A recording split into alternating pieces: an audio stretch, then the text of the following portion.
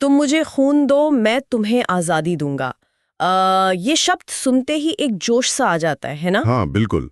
ये सिर्फ नारे नहीं थे, ये एक एहसास थे।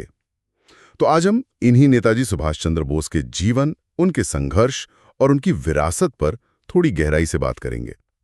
हमारे पास जो स्रोत सामग्री है, नेताजी सुभाष चंद्र बोस की अमर गाथा, उसी के आधार पर यह चर्चा होगी। जी, हम कोशिश करेंगे कि उनके शुरुआती जीवन से लेकर राजनीति में उनका सफर, फिर आज़ाद हिंद फौज का गठन और हाँ, उनके अंत को लेकर जो रहस्य है, उन सब पहलुओं को छुएं।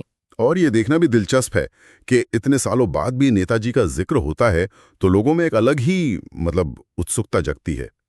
उनकी कहानी सिर्फ इतिहास का हिस्सा नहीं है, वो आज भी हमें सोचने पर मजबूर करती है। तो चलिए शुरू करते हैं एकदम शुरुआत से।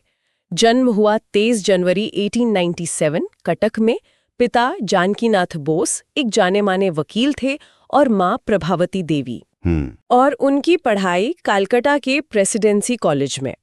वहीं पर उनका वो तेवर पहली बार दिखा था जब एक अंग्रेज प्रोफेसर ने भारतीय छात्रों के साथ कुछ अपमानजनक बर्ताव किया। हाँ, वो ओटन वाला किस्सा। जी, और नेताजी ने उसका खुलकर विरोध किया।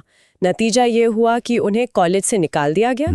ये घटना छोटी लग सकती है, पर ये उनके विद्रोही स्वभाव की पहली झलक थी। बिल्कुल, और इससे भी बड़ी बात तो आगे हुई। उन्होंने भारतीय सिविल सेवा यानी आईसीएस की परीक्षा पास की। आप सोचिए, उस जमाने में ये सबसे प्रतिष्ठित चीज मानी जाती थी। हाँ, सबसे बड़ी सरकारी नौकरी। जी, लेकिन उन्होंने क्या किया? पास करने के बाद भी उसे ठुकरा दिया।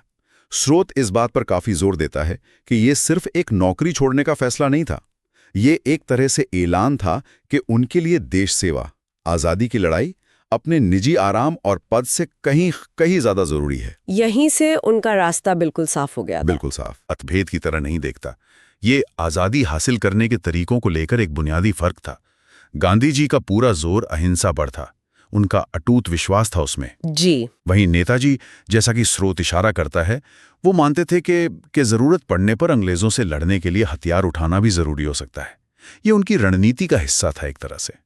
ये फर्क समझना जरूरी है उनके आगे के कामों को समझने के लिए। और इसी सोच के चलते वो 1938 और फिर 1939 में 2 बार कांग्रेस अध्यक्ष भी चुने गए। लेकिन गांधी जी और कांग्रेस के एक बड़े तबके से उनके मतभेद बढ़ते गए और आखिरकार उन्होंने अध्यक्ष पद से इस्तीफा दे दिया। हाँ, इस्तीफा दे दिया। और उसके फौरन बाद 1939 में ही उन्होंने फॉरवर्ड ब्लॉक की स्थापना की।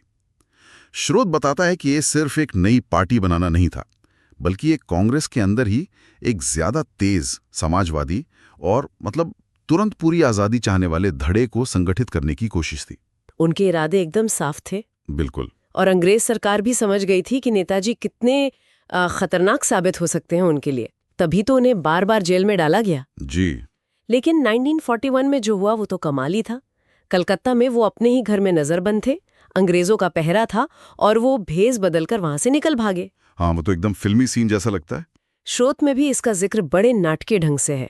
अफगानिस्तान, फिर रूस, वहां से जर्मनी और फिर आखिर में जापान तक पहुंचे। सोचिए कितना लंबा और मुश्किल सफर रहा होगा। बोस से जिम्मेदारी ली और आजाद हिंद फौज यानी आईएनए को दोबारा खड़ा किया।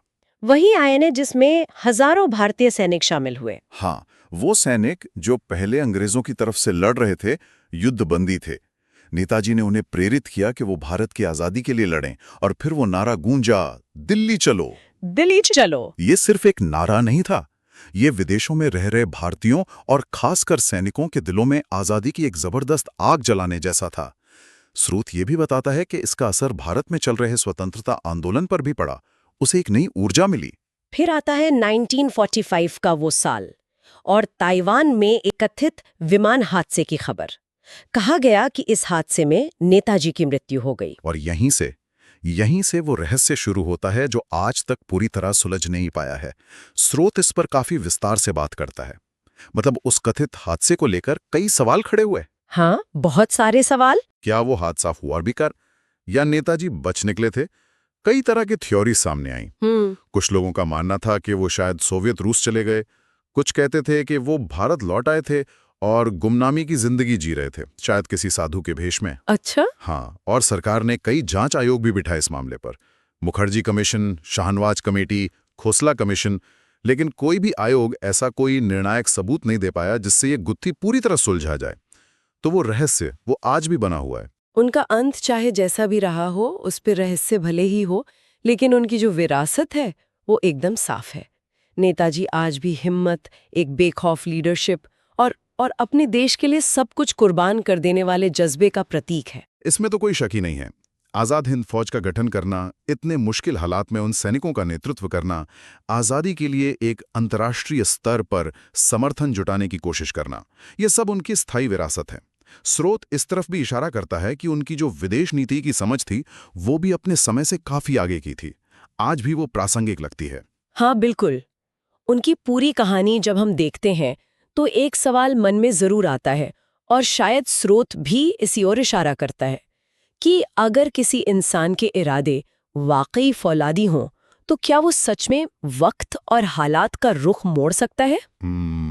ये सोचने वाली बात है। नेताजी का जीवन शायद इसी सवाल का जवाब ढूंढने की एक प्रेरणा देता है कि दृढ़ इच्छा शक्ति क्या कुछ नहीं कर सकती।